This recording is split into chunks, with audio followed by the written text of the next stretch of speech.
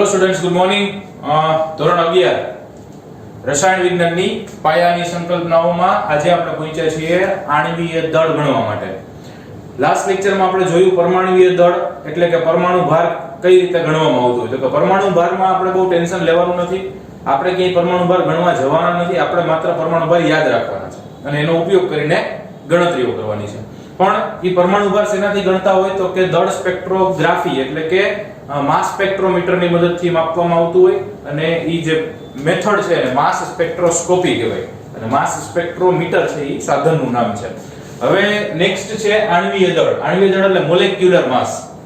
આણ્વીય દળ એટલે અણુ એટલે મોલેક્યુલ અને ઈ મોલેક્યુલનું માસ એટલે મોલેક્યુલર માસ કહેવાય, રાઈટ? આણ્વીય દળ. હવે કોઈ પણ પદાર્થનું આણ્વીય દળ, કોઈ પણ સંયોજનનું આણ્વીય દળ ગણવું હોય તો શું કરવાનું? તો કે એ સંયોજનમાં રહેલા જેટલા પરમાણુ હોય એના પરમાણુ ભારનો ટોટલ એટલે અણુભાર. આણ્વીય દળ અથવા એની દેશી ભાષામાં કહેવાય અણુભાર. દાખલા તરીકે આપણને અહીંયા પાણી છે એનું આણ્વીય દળ કીધું હોય તો પહેલા તો જે પદાર્થનું જો નામ આપે તો પહેલા તો એનું અણુસૂત્ર આવડતું હોવું જોઈએ, એટલે કે આણ્વીય સૂત્ર આવડતું હોવું જોઈએ. જો આણ્વીય સૂત્ર આવડે તો પછી આગળ એમની ગણતરીઓ કરતા આવડે. એટલે દાખલા તરીકે આપણને એમ કે પાણીનું આણ્વીય દળ ગણો તો પહેલા પાણીનું આણ્વીય સૂત્ર આવડતું હોવું જોઈએ. પાણીનું આણ્વીય સૂત્ર શું? તો કે H2O. ઓકે, ચલો આણ્વીય સૂત્ર આવ્યું. હવે તો કે એનું આણ્વીય દળ ગણવું છે. તેમાં કયા કયા પરમાણુ છે? તો કે એક હાઇડ્રોજન પરમાણુ છે અને એક ઓક્સિજન પરમાણુ છે. તો કે હાઇડ્રોજનનું પરમાણુય દળ પ્લસ ઓક્સિજનનું પરમાણુય દળ. હાઇડ્રોજનનું પરમાણુય દળ પ્લસ ઓક્સિજનનું પરમાણુય દળ. પણ હાઇડ્રોજન પાછા કેટલા છે? તો કે 2 છે. તો હાઇડ્રોજનના પરમાણુય દળને 2 વડે ગુણવા પડશે. એટલે કે 2 ગુણ્યા હાઇડ્રોજનનું પરમાણુય દળ પ્લસ ઓક્સિજનનું પરમાણુય દળ. તો 2 એઝ ઇટ ઇઝ. હાઇડ્રોજનનું પરમાણુય દળ ગઈકાલે આપણે યાદ રાખ્યું હતું કેટલું? 1. યસ. અને ઓક્સિજનનું પરમાણુય દળ કેટલું? તો કે 16. તો 2 + 16 will give us 18 AMU એટલે કે એટોમિક માસ યુનિટ અથવા તો આનો એકમ થશે ગ્રામ પ્રતિ મોલ. શું લઈ શકાય? ગ્રામ પ્રતિ મોલ અથવા એને યુનિફાઈડ માસ તરીકે પણ લઈ શકાય, U તરીકે દર્શાવી શકાય. ફરી એકવાર કોઈ પણનું આણ્વીય દળ એટલે શું? તો કે એમાં રહેલા બધા જ પરમાણુઓના પરમાણુ ભારનો સરવાળો. દાખલા તરીકે આપણે એમ કે મિથેનનું આણ્વીય દળ તો વિચારો જો મિથેનના આણ્વીય દળમાં કયા કયા પરમાણુ છે? તો કે કાર્બન છે અને હાઇડ્રોજન છે. તો કાર્બનનું પરમાણુય દળ પ્લસ હાઇડ્રોજનનું પરમાણુય દળ, પણ પ્લસ હાઇડ્રોજન કેટલા છે? તો કે 4 છે. હાઇડ્રોજન 4 છે તો હાઇડ્રોજનના પરમાણુય દળને કેટલા વડે ગુણવા પડશે? તો કે 4 વડે. ઇટ મીન્સ આનું આણ્વીય દળ કેમ મળે? તો કે કાર્બનનું પરમાણુય દળ તો કે આ યસ લખ્યું પ્લસ 4 ગુણ્યા હાઇડ્રોજનનું પરમાણુય દળ તો કે પ્લસ 4 ગુણ્યા હાઇડ્રોજનનું પરમાણુય દળ, રાઈટ? બહુ સિમ્પલ છે.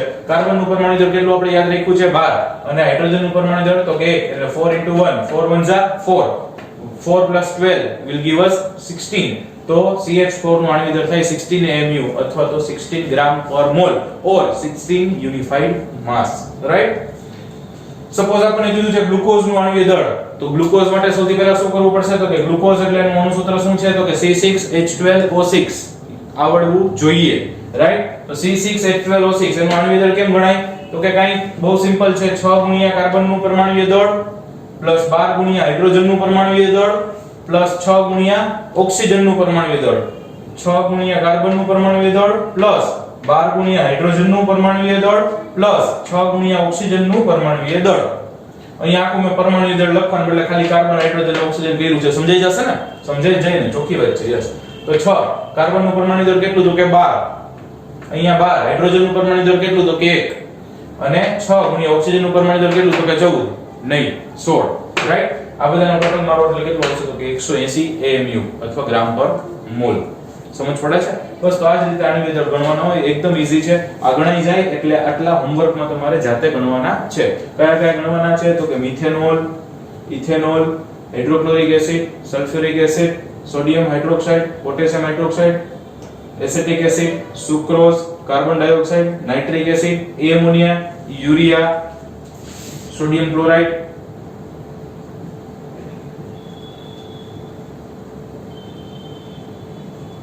રાઈટ? આટલા સંયોજનોના આણ્વીય દળ તમારે ગણવાના છે. ઘણાને પાછો પ્રશ્ન થાય સર આટલા આણ્વીય દળ ગણવા તો આમના અણુસૂત્ર તો આપો બધાયના. જો અણુસૂત્ર પણ હવે આવડતા હોવો જોઈએ કારણ કે હવે આપણે 12 સાયન્સ ભણવાનું છે આગળ. સાયન્સના સ્ટુડન્ટ છીએ અને સાયન્સના સ્ટુડન્ટ હોય તો એના અણુસૂત્રો ને એવું બધું બહુ કોમન આવડવું જોઈએ. આજે લખી દઉં છું સાઈડમાં, ભણી પછી આગળ જતા આપણે યાદ રહે એવો પ્રયત્ન કરશું. રાઈટ? મિથેનોલ નો અણુભાર શું, સોરી, અણુસૂત્ર શું થાય ભાઈ? તો કે મિથેનોલ એટલે CH3OH, ઇથેનોલ એટલે તો કે C2H5OH, અથવા તો એમને આમ પણ લખી શકાય CH3CH2OH. બે એક જ થયો ભાઈ. CH3CH2OH લખો કે C2H5OH લખો. રાઈટ? EQ ઇથેનોલ નો અણુસૂત્ર. પછી હાઇડ્રોક્લોરિક એસિડ એટલે બહુ અઘરું છે, HCl. સલ્ફ્યુરિક એસિડ એટલે H2SO4. સોડિયમ હાઇડ્રોક્સાઇડ એટલે NaOH. પોટેશિયમ હાઇડ્રોક્સાઇડ એટલે KOH. એસિટિક એસિડ એટલે CH3COOH. અહીંયા એસિટિક એસિડ ને બદલે ઇથેનોઇક એસિડ શબ્દ વાપરે તોય ચાલે, બધું એક જ થયું. એસિટિક એસિડ કયો એનું સામાન્ય નામ થયું, ઇથેનોઇક એસિડ કયો એનું IUPAC નામ થયું. સુક્રોઝ, સુક્રોઝ નું બીજું નામ છે ખાંડ. ખાંડનું અણુસૂત્ર શું થાય? તો કે C12H22O11. C12H22O11 ઈ થઈ ગયું સુક્રોઝ. કાર્બન ડાયોક્સાઇડ ઈ તો આવડતું જ હોય, CO2. Nitric acid, nitric acid એટલે HNO3. એમોનિયા એટલે NH3. યુરિયા, યુરિયા એટલે NH2CONH2. યુરિયાનું અણુસૂત્ર થાય NH2CONH2. અને સોડિયમ ક્લોરાઇડ એટલે NaCl. ઉંમર પૂરું ને ભાઈ?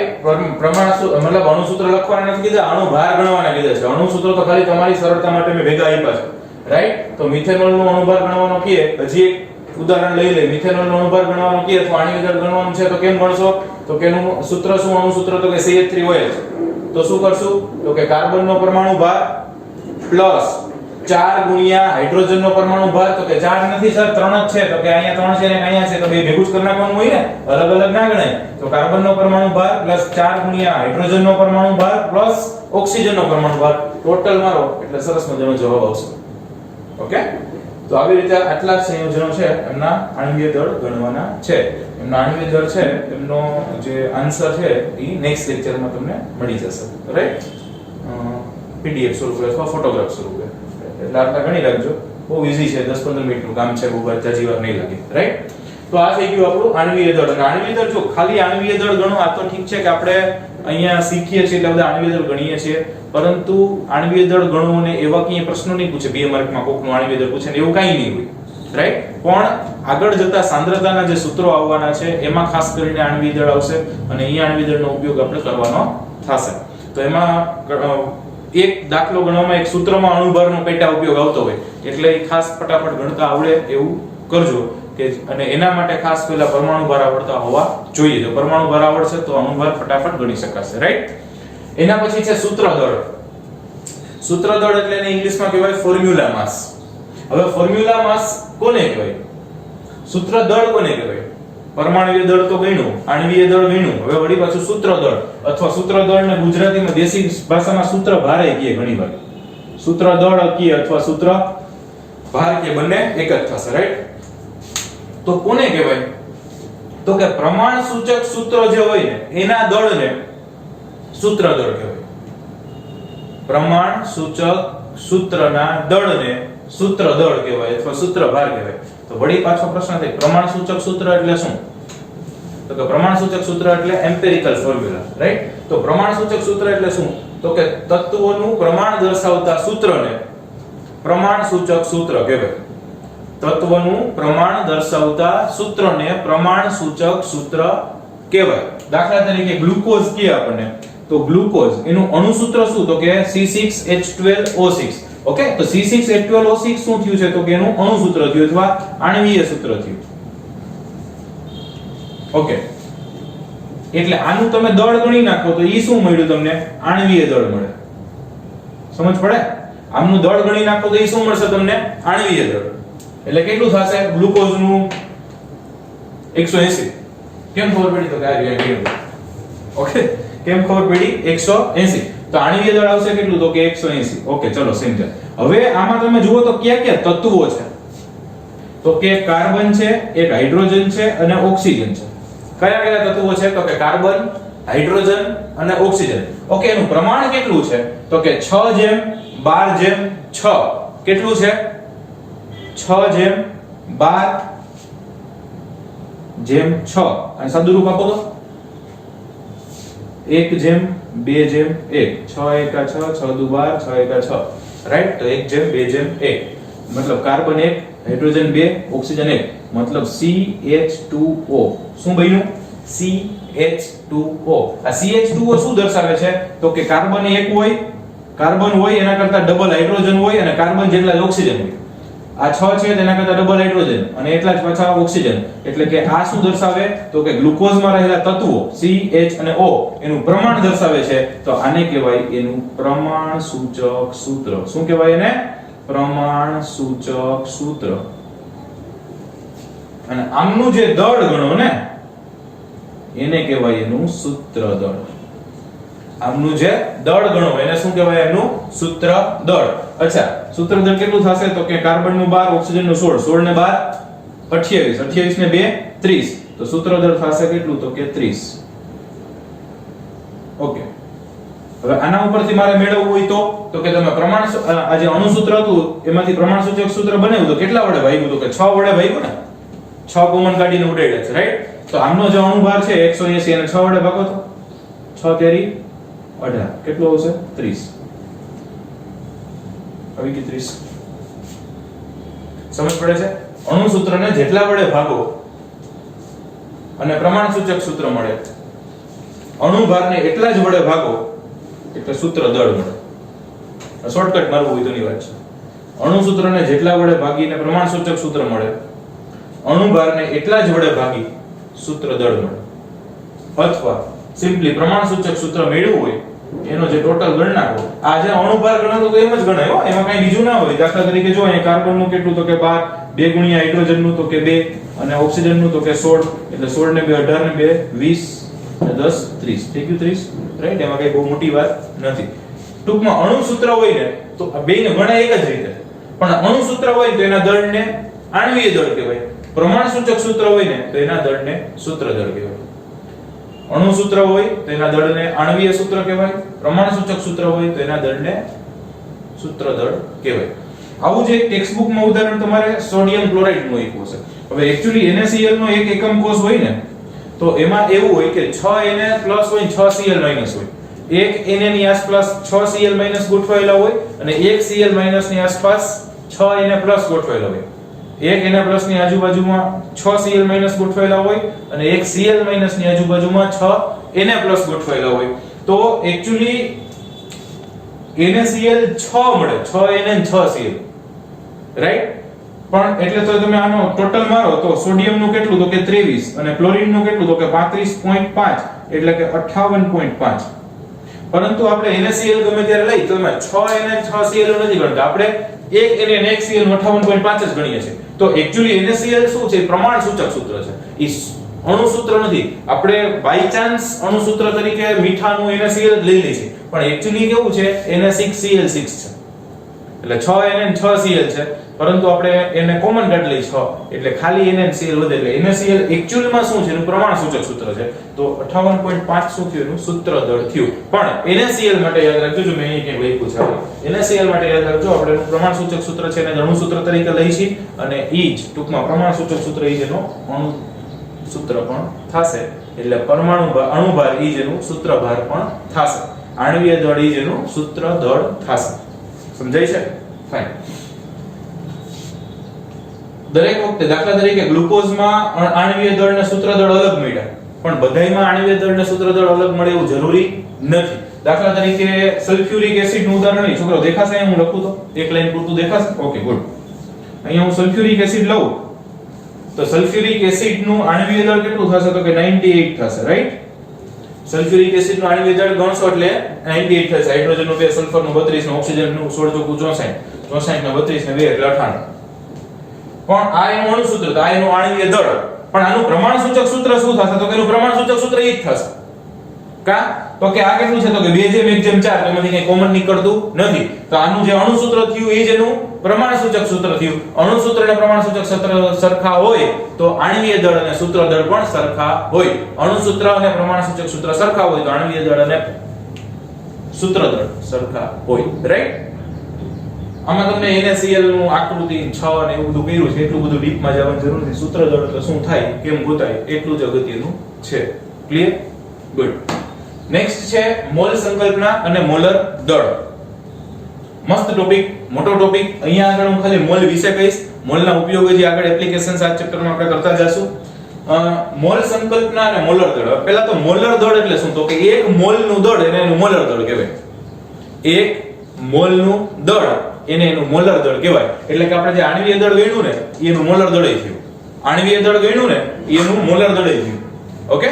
તો કેમ મોલર દળ થયું, તો કે તમે પાણીનું આણ્વીય દળ કેટલું ગણ્યું, તો કે 18 AMU, રાઈટ? પણ ઈ 18 AMU થયું છે, ઈ એક પાણીના અણુનું નથી, ઈ એક મોલ પાણીના અણુનું છે. ઈ કેમ ખબર પડે ભાઈ, તો કે ખબર પડે ને, કારણ કે હાઇડ્રોજનનો પરમાણુ ભાર કેટલો કન્સિડર કર્યો, 1. ઓક્સિજનનો પરમાણુ ભાર કેટલો કન્સિડર કર્યો, તો કે 16. આમનો પરમાણુ ભાર 1 છે, આમનો પરમાણુ ભાર 16 છે. પણ એક હાઇડ્રોજનનો 1 ના હોય, એક ઓક્સિજનનો 16 ના હોય. એક મોલ હાઇડ્રોજનનો પરમાણુ ભાર 1 હોય, એક મોલ ઓક્સિજનનો પરમાણુ ભાર 16 હોય, અને એટલે આ જે અણુ ભાર મળ્યા ને એ બધા 1 મોલના હોય, રાઈટ? એ બધા 1 મોલના હોય. ઓકે, તો નેક્સ્ટ ટોપિક છે આપણો મોલ સંકલ્પના અને મોલર દળ. એમાંથી મોલર દળની આપણે ચર્ચા કરી કે એક મોલનું જે દળ છે એ શું થયું, એનું મોલર દળ, રાઈટ? તો આ બધા કાર્બન મિથેનનું 16 ને પાણીનું 18 ને ગ્લુકોઝનું 180 ને બધું શું થયું, એના મોલર દળ અથવા આણ્વીય દળ, એક મોલનું દળ, રાઈટ? હવે મોલ સંકલ્પના એટલે શું, તો કે સપોઝ આપણે 12 નંગ છે, 12 નંગ, એને 1 ડઝન કે ટૂંકમાં ગણતરી ઈઝી પડે. એવી જ રીતે 20 નંગ, એના માટે એક કોડી શબ્દ વપરાતો. એવી જ રીતે 144 નંગ એટલે 12 ડઝન હોય તો એને એક ગ્રોસ કહેવાતું. ભૂતકાળમાં આવા કોડી અને ગ્રોસ ને બધા એકમો ચાલતા, હવે ડઝન એક વધ્યું છે, એ ધીમે ધીમે નીકળતું જાય છે, રાઈટ? તો ટૂંકમાં આ બધું શું છે, ડઝન છે, કોડી છે, ગ્રોસ છે, એ શું છે, તો કે મોટી સંખ્યાઓને નાના સ્વરૂપે દર્શાવવા માટેનો એક એકમ છે. તમે 12 નંગની ઘડીએ વાત કરી રાખો, એની બદલે ડઝનમાં વાત કરો તો એક વડે જ થાય, મતલબ ઈઝી થાય. 144 ની ક્યાંક વાત કરવી હોય, એની બદલે એક ગ્રોસ કહી દો તો કેટલું ઈઝી પડે ગણતરીમાં, લખવામાં બધે. એમ 6.022 ગુણ્યા 1023 ઘાત પરમાણુ અથવા અણુ અથવા કણ અથવા ઇલેક્ટ્રોન અથવા આયન કંઈ પણ હોય, સ્પીસીઝ કહી દો એને ટૂંકમાં. સ્પીસીઝ 6.022 ગુણ્યા 1023 ઘાત એટલી વસ્તુ ભેગી થાય, એમાંથી એટલા પરમાણુ અથવા એટલા અણુ અથવા એટલા કણ અથવા એટલા આયન અથવા એટલા ઇલેક્ટ્રોન, એમને એક મોલ કહેવાય. ટૂંકમાં જેમ 12 નંગને એક ડઝન કહેવાય, 20 નંગને એક કોડી કહેવાય, 144 નંગને એક ગ્રોસ કહેવાય, એમ 6.022 ગુણ્યા 1023 ઘાતને એક મોલ કહેવાય. અને એને જ એક એવોગેડ્રો તરીકે ઓળખવામાં આવે છે. એટલે કોઈ પણ નો એક મોલ હોય, કોઈ પણ એનો એક મોલ હોય તો એમાં અણુ પરમાણુ કે આયનની સંખ્યા કેટલી હોય, તો કે 6.022 ગુણ્યા 1023 ઘાત જેટલી હોય, રાઈટ? એક મોલની ડેફિનેશન આપી છે કે એક મોલ એટલે શું, તો કે એક મોલ એટલે એટલો પદાર્થનો જથ્થો. કેટલો પદાર્થનો જથ્થો? એટલો પદાર્થનો જથ્થો કે જે 12 ગ્રામ એટલે કે 0.012 કિલોગ્રામ, 12 ગ્રામ એટલે કે 0.012 કિલોગ્રામ C12 એટલે મૂળભૂત કાર્બન એવા સમસ્થાનિકમાં રહેલા પરમાણુ અથવા સ્પીસીઝ ધરાવે. ટૂંકમાં જેટલા સ્પીસીઝ અથવા જેટલા પરમાણુ C12 ના 12 ગ્રામમાં હોય, C12 ના 12 ગ્રામ એટલે કાર્બનનો પરમાણુ ભાર 12 ગ્રામ ને, એનો મતલબ કે C12 ના 12 ગ્રામ એટલે 1 મોલ. એમાં જેટલા પરમાણુ અથવા તો સ્પીસીઝ હોય, એટલા સ્પીસીઝ ગમે એમાં હોય, એને ગમે એનો 1 મોલ કહેવાય. દાખલા તરીકે હું બહુ સ્પષ્ટતાથી કહું કે 12C ના 12 ગ્રામ પદાર્થ લો, મૂળ કાર્બન સમસ્થાનિક જે છે ઈ 12 ગ્રામ લો, તેમાં કેટલા સ્પીસીઝ હશે, તો કે 6.022 એટલા સ્પીસીઝ ગમે એમાં હોય. દાખલા તરીકે હાઇડ્રોજન ના એટલા સ્પીસીઝ તો હાઇડ્રોજનનો 1 મોલ થયો, CO2 ના એટલા સ્પીસીઝ તો CO2 નો 1 મોલ થયો, ખાંડના એટલા સ્પીસીઝ તો એ ખાંડનો 1 મોલ થયો. કોઈ પણ પદાર્થમાં C12 ના 12 ગ્રામ જેટલા સ્પીસીઝ હોય, C12 ના 12 ગ્રામમાં કેટલા સ્પીસીઝ, તો કે 6.022 1023 ઘાત એટલા સ્પીસીઝ ગમે એમાં હોય, એને એનો 1 મોલ કહેવાય, રાઈટ? પ્રશ્ન થાય કે કેમ ગોતી એવા સંખ્યા મળી, કેમ કે 1 મોલમાં 6.022 1023 જ હોય, કેમ મળી, તો કે સાબિત કરવાનું થઈ જાય. ઓકે, વિચારીએ. કાર્બન પરમાણુનું દળ કેટલું મળ્યું? કાર્બન 12 એટલે C12, અને સારી રીતે આમ લખ્યું છે, રાઈટ? બે એક જ છે. કયું બે Q તો કે આ ને આ એના પરમાણુનું દળ એક પરમાણુનું દળ લીધું છે. કેટલું લીધું છે? એક પરમાણુનું દળ. આ બધે પરમાણુ દળ લેતા હતા અથવા પરમાણુ ભાર લેતા હતા એ તો એક મોલ નું લેતા હતા. અહીંયા એક સિંગલ નું લઈ છે. જેમ હાઇડ્રોજન નું લીધું 1.2648 રાઈટ. એવી રીતે એક કાર્બન નું દળ કેટલું તો કે 1.992648 કેટલું 1.992648 ગુણ્યા 10 ની -23 ઘાત ગ્રામ. અને એક મોલ કાર્બન નું દળ કેટલું તો કે 12 ગ્રામ. ઈ તો આપણને ખબર છે કાર્બન નો પરમાણુ ભાર આપણે યાદ રાખ્યો ને તો ઈ કેટલું છે તો કે 12 ગ્રામ. એક કાર્બન નું દળ 1.992648 છે. એક મોલ કાર્બન નું દળ 12 ગ્રામ છે. તો સંખ્યા કેટલી થાય? એક મોલ ની સંખ્યા ગોતવી હોય તો કે કુલ દળ એની છેદમાં 1 નું દળ એટલે સંખ્યા મળી જાય. કુલ દળ એની છેદમાં 1 નું દળ. દાખલા તરીકે હું તમને એમ કહું કે એક ક્લાસરૂમ છે. એ ક્લાસરૂમમાં રહેલા બધા જ બાળકોનું કુલ વજન ગણ્યું છે અને ઈ જેટલા બાળકો છે બધાયનું વજન ઈ પાછું સરખું છે. કારણ કે અહીંયા કાર્બન છે એટલે બધાય કાર્બનનું દળ તો સરખું જ હોય. તો કે દાખલા તરીકે એક ક્લાસ છે એમનું કુલ દળ કેટલું થાય? એક ક્લાસના બધા વિદ્યાર્થીઓનું કુલ દળ 180 છે અને એક વિદ્યાર્થીનું દળ કેટલું છે તો કે 18 છે. ક્લાસમાં રહેલા બધા વિદ્યાર્થીઓનું કુલ દળ 180 કિલો છે અને એક વિદ્યાર્થીનું દળ 18 કિલો છે અને બધા વિદ્યાર્થીનું દળ સરખું છે. તો ક્લાસમાં કેટલી સંખ્યા હોય તો કે 18 10 180 મળી કે 10 છોકરાઓ સંખ્યા મળી ને. બસ એવી જ રીતે અહીંયા સંખ્યા મળી કે કુલ દળ કેટલું છે તો કે 12 ગ્રામ એક મોલનું. એક કાર્બનનું દળ કેટલું તો કે 1.992648 તો 12 ગ્રામ પ્રતિ મોલ છે એમાં 1.992648 કરો એટલે આપણને મળે 6.022 ગુણ્યા 10 ની 23 ઘાત પરમાણુઓ પ્રતિ મોલ. એનો મતલબ કે એક મોલ કાર્બનમાં આટલા પરમાણુ હોય. કાર્બનમાં જ નહીં કોઈ પણ ના એક મોલમાં 6.022 10 ની 23 ઘાત પરમાણુઓ હોય. બીજી વાત આપણે પરમાણુ ભાર બધાને યાદ રાખે કાર્બનનો ભાર હાઇડ્રોજનનો 1 નાઇટ્રોજનનો 14 ઓક્સિજનનો 16 રાઈટ બધા યાદ રાખ્યા છે. પણ એક પરમાણુનું દળ આપણે એક હાઇડ્રોજનનો 1.6736 ગુણ્યા 10 ની -24 ઘાત ગ્રામ અને કાર્બનનો એવું 1.992648 ગુણ્યા 10 ની -23 ઘાત ગ્રામ. નાઇટ્રોજન નું પૂછે તો એક નાઇટ્રોજન પરમાણુનું દળ તો કે 14 એ તો એક મોલ નું છે. એક નું પૂછે તો બહુ સિમ્પલ મોલ ના આવડતા હોય ને એટલે એક ના આવડે છે. કેમ કરવાનું તો કે ના પરમાણુ ભાર ભાગ્યા એવો ગેટરો મૂકી દેવાનો. હોમવર્ક લખી દીધું બાળકો? Very good.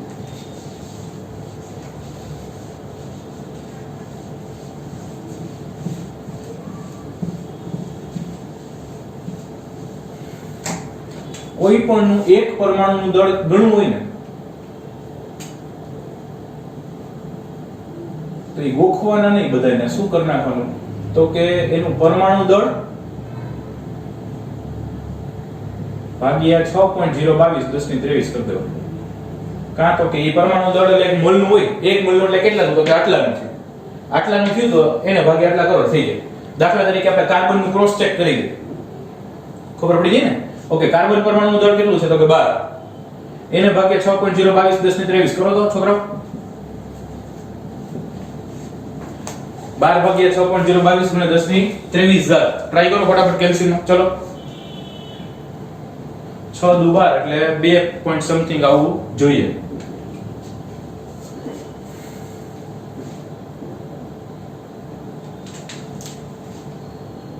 ઓકે ટ્રાય કરી જોઉં છું. કેલ્સી છે તમારી પાસે રાઈટ? કેટલું છે તો કે 12 ભાગ્યા 6.022 રાઈટ? તો 1.992693 કેટલું આવે છે 1.992693 ગુણ્યા 10 ની -23 ઘાત ગ્રામ. ઓકે આ શું આવ્યું? એક કાર્બન પરમાણુનું દળ આવ્યું કેટલું છે જુઓ તો 1.992648 આવી ગયું. એક્ઝેક્ટ છેલ્લા 3 ચોથો પાંચમો આંકડો ખોટા આવે નથી આવે એમ કેમ આવે તો કે એટલે આવે કે 12 છે ને એક્ઝેક્ટ ન હોય. એક્ચ્યુઅલી 11.995 હોય. કાર્બનનું દળ કેટલું હોય 11 પણ આપણે રાઉન્ડ ફિગર લેતા હોય એટલે થોડું પણ 11.9926 પોઈન્ટ પછીના ચાર આંકડા સુધી તો સરખું જ આવે છે એટલે ચાલશે. પાંચમો છઠ્ઠો આપણો પોઈન્ટ પછી ખોટો આવે તો ચિંતા નહીં કરવાની રાઈટ? તો આવી રીતે કોઈ પણ એક પરમાણુ દળ ગોતવું હોય તો શું કરવાનું તો કે એના પરમાણુ ભાર ભાગ્યા એવોગેડ્રો કરી નાખો એટલે કોઈ પણ એક પરમાણુનું દળ મળી જાય છે રાઈટ? ખાસ આજે આપણો લેક્ચર છે એની નોટ્સ બનાવજો, એની પ્રેક્ટિસ કરજો અને પછી ટેક્સ્ટ બુકમાંથી વાંચજો. આ ટેક્સ્ટ બુકમાંથી પાકું કરવાની જરૂર નથી, આ સમજવાની જરૂર છે. ગણતરીમાં આવડતું હોવું જોઈએ, રાઈટ? આ આજે કરાવેલી એકય વસ્તુ થિયોરિટિકલ ફોર્મમાં ક્યાંય પૂછાશે નહીં. અને છેલ્લે જતા જતા એક મોલ ગોતવાનું સાદું સૂત્ર આપતો જાઓ. મોલનું સાદું સૂત્ર શું? તો કે મોલ એટલે વજનના છેદમાં અણુભાર અથવા પરમાણુ ભાર. મોલ એટલે વજનના છેદમાં અણુભાર એટલે કે આણ્વીય દળ, અને પરમાણુના મોલ ગોતતા હોય તો વજનના છેદમાં પરમાણુ ભાર. એટલે કોઈ પણના મોલ મળે. આ મોસ્ટ આઈએમપી સૂત્ર છે, લગભગ બધા દાખલાઓમાં ઉપયોગ આવશે. ગમે ત્યારે મોલ ગોતવો હોય ફટાફટ એટલે આ જ રીતે ગોતવાનો, વજનના છેદમાં અણુભાર. બીજી કોઈ માથાકૂટ કરવાની નહીં, રાઈટ? Thank you.